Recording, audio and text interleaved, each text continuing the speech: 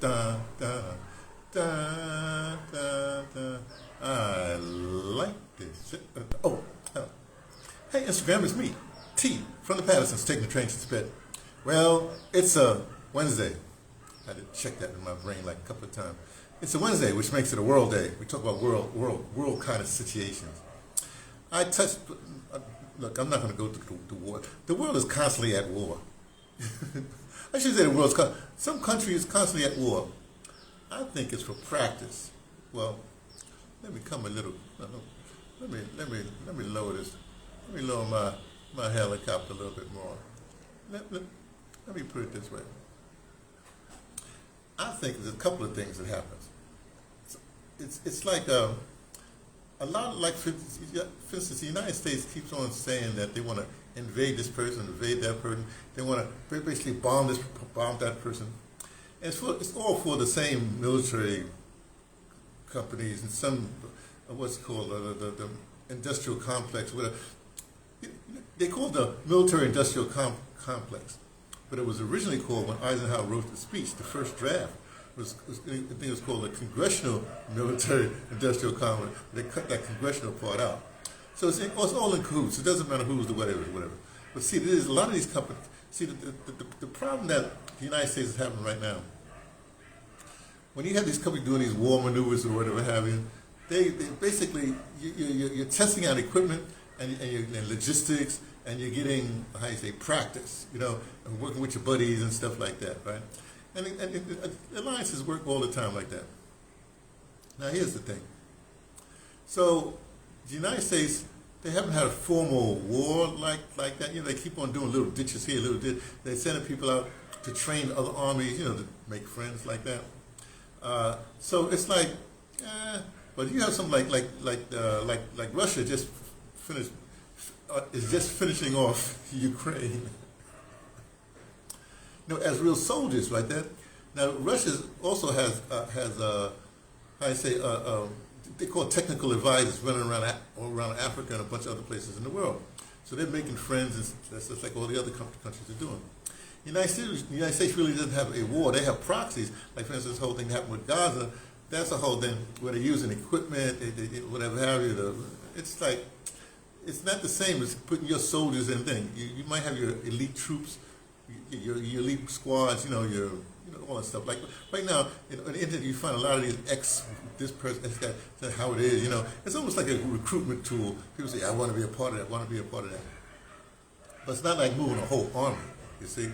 So, U.S. is not going to be making war with people that have armies, So if you're going to say what you want to deal with Iran, Iran's not warring with anybody right now either, but they helping a bunch of people, right?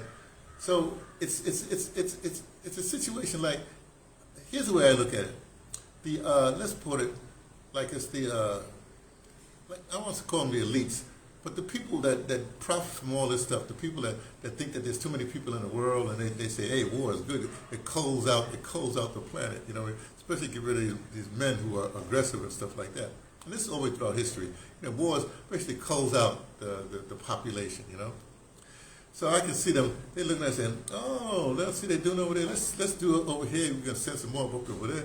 And so you have all these people warring against each other, and they'll say, oh, they think they're playing checkers over there, they think they're playing chess over there, but we're playing human. We're putting this country against that country. A lot of times people are not taking it. But also, a lot of these little countries, they're making alliances also. Now, again, my current commander-in-chief is Commander Ibrahim out there at the Sahels, right? The Sahel area, right? But what's unbeknownst, but the Sahel people, those nations are getting a lot of other African nations to come and make alliances with them. And those people, and those alliances that are not like say Gabon, like that, are making like they're going to do it, but they're still in the pocket with France or whoever have you. They're in trouble because they're populists, they're young populists, saying, no, you've been here too long, 30 years, rule, whatever years, you pass it on to your senators, another 30 years. They're not going for it. So the big problem that we have in Africa, I'm not in Africa right now, I'm in India, but I live in Africa. The problem we have right now is that the young people know what's going on. They read, they know the internet, they're learning from each other. They're seeing examples of how things could be. Like if in 3 years this one nation has got off the IMF dole, got rid of the USAID is no longer a factor. They paid off all their debts, and now they're really building hospitals and building this. Then people saying, "Hey, we want that," and then you have these people trying to be slick, like with Saudi Arabia, who's got all this money, it's just fiat money basically. Well, I got some gold, but fiat money, right? They're saying, "Oh, we could build you some mosques," right? They say, "No, we could." I love Burkina Faso. They say, "We got plenty of mosques. We got mosques not even being used. We need schools and hospitals and stuff like that." So we thank you, fellow Muslims, fellow brothers in Islam. We thank you for your offer, but no, we're fine. We're fine. We can pray or whatever have it. And that's how and that's how that's why I really don't like I shouldn't say like them, but their strategy is wanting these days. Now I know when I first went to Africa, I went to Dakar, Senegal, for a radio conference, and they had just built, talk about the Arabs or whatever, with that money, they just built a six-story hotel. It was brand new. It was just opening, and we had a conference there. It was like a sort of gift. So we were the first people there. It was a slick. I like the way they worked it too. They had like 3 elevators. Well, they parked an elevator on the top floor, the 6th floor, the elevator on the 3rd floor, and the elevator was always on the bottom floor. So whenever you push the button, wherever it was closest, they get right there. This was in the 90s, right? And they sort of gifted it to Senegal. So they do these gift things, and then of course, you gift things among your friends and stuff like that. So they have certain deals that they do to make friends, and then other people have other alliances. But now there's a thing, like there's only but so many people can see what's going on. But now there's a thing with minerals. They discovered like precious minerals. Like if you want to make what did I just hear? You want to make a bomb, ordnance, not rocket up. A bomb casing, whatever, the casing, whatever it is, right? There's a certain mineral they use, and Russia's got plenty of it. They got the stockpile of that, right? So people got to go through them to get that.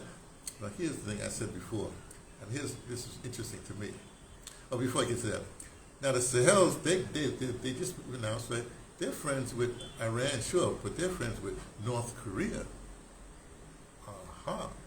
Now, North Korea, nobody's mentioning North Korea these days. Because the U.S. still wants a war with Iran, figuring they get rid of Iran, we sew this Middle East thing up, and we can control the Mediterranean that way. But they're over there in Greenland trying to get Greenland, like I told you about that, about the way the Arctic Circle is. And if you look at it from on top, not through like head on, but on top, you can see the landmass around there. U.S. only has Alaska really there. The bulk of the landmass belongs to like Canada has a lot, Greenland has a lot, Russia has a whole lot. They're going around like that.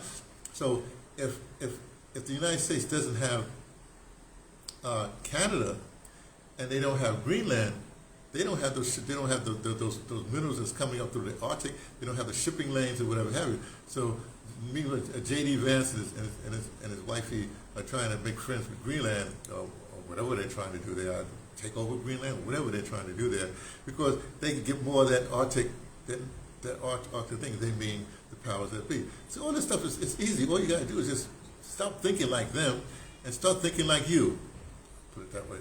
And you can find out a whole lot just by thinking for yourself is what I'm trying to say, right? Anyway, the thing about North Korea, what they have, remember they talk about this, everybody's talking about this thing called rare earths now. Rare earths this and rare earths that. You know who has a lot of rare earths that nobody's talking about? North Korea, untouched North Korea. Who's North Korea friends with? Not only China, their new best buddy is Burkina Faso, which makes them best buddies with that whole region there, and our commander-in-chief. I say our because it's a sport. I don't know what y'all thinking. So what I'm saying again, stop paying attention to what the media is telling you to pay attention to. Start doing a little, you hear something, a little murmur of something. Go research that, right? Because the knowledge is power. I mean, like, information is power. Well, information will give you knowledge, which is power. And that's what we're looking for. Now, you say, well, brother, but you're nothing but an audio dramatist, man. Why do you keep on harping on these political things like that? You don't understand. As an audio dramatist, what it is to be an audio dramatist, it means that you're a writer, you're a playwright, you're a novelist, you're a screenwriter.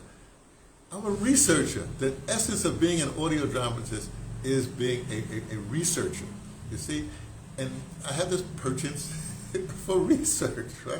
I find out something, I say, oh, let me find out a little bit more about that. And I don't even have to go all the way into it, because when I need to know something about that, I just know where to go. You see, I just know where to go. So if I'm going to write an audio drama, which oh boy, I've got something in my head right now, that I know, okay, let me research more of this. Now, but as an audio dramatist, what I need to do, I need to get my grouping together. That's what I got to get my, the other thing, you have to be physically fit to be mentally fit, right? Because the slavery that we're in, this colonizing mind, you have to uncolonize your mind, which I'm saying, stop paying attention to the media that they dangling in front of your face, right? Just uncolonize your mind. You have to uncolonize your body, keep yourself fit, you know what I mean? Stop eating their junk, stop whatever, do your exercises, get your sleep, blah, blah, blah, blah, all the rest of that stuff. And spiritually, I don't even get into that. Let me leave that alone, because spirit. And look, religion is a spirituality. Just because you know Jesus does not mean that you're spiritual, okay? Spiritual is something else, right? But we won't get into that right now. That's too complicated. Then I'll really alienate people. But I'm trying to say is that the Sahel is the most important thing. Look, I made up my mind already. When I get to the States, I'm buying my ticket. I'm finding what I need to buy about getting to this conference in Addis Ababa, in Ethiopia in September, this reparations conference. I got to get there. And I'll write some stuff, man. I've got to participate somehow. Audio drama, I don't know how I'm going to participate. I got this idea. Okay, I got this idea. It's really good. See, I came of age in the 60s, right? And that doesn't mean anything to you. But in the 60s, we used to have meetings, and we just call them discussions. Let's call them like you're really hammering out issues, right? So we might start at 6 o'clock in the evening, after class, 6 o'clock in the evening. And we talk and do stuff all the way to like 6 o'clock, 7 o'clock, 8 o'clock the next day. We didn't have no 2-hour meeting, whatever have we done. Well, we're running out of time. No, we were on campus. You understand? So I want to propose something in this conference, and they have their little 2-hour sessions here or session there, and we're going to, okay, no, I want maybe after the conference, somebody say, we're going to have a thing, we're going to do 60 style. 60 style, we're going to have breakaway meetings, 60 style. This is the topic, right? We're going to start at 6 o'clock, and we're going all the way through till we how do you say that? We come to some resolutions. The resolutions that we're proposing is not written resolutions. Yeah. But we're going to write the resolutions, but the resolution is going to be hammered out all night between a bunch of people that you may not even know. Now, I'm talking about the bigwigs that come in, the invited guests, and this general and that expert and that academic, whatever. We're talking about real peoples. I need to talk to real peoples, people on the ground, the young people. Well, that's what I'm aiming for. I'm so happy. I'm so happy. You should be happy to be living in this time space where you can actually get your reparation. You can actually be in the fight for real, because there's so many examples. There's so many alliances you can make, right? And not be distracted by what they want you to be distracted by. Okay, it's okay. We'll talk more, because my brain is I'm gonna be hammering this. Meet me in Addis Ababa, Ethiopia, in September. Book your thing for a week before the thing happens and a week after the thing happens. You're gonna be there the whole month. Of course, we got things to do. Talk to y'all later.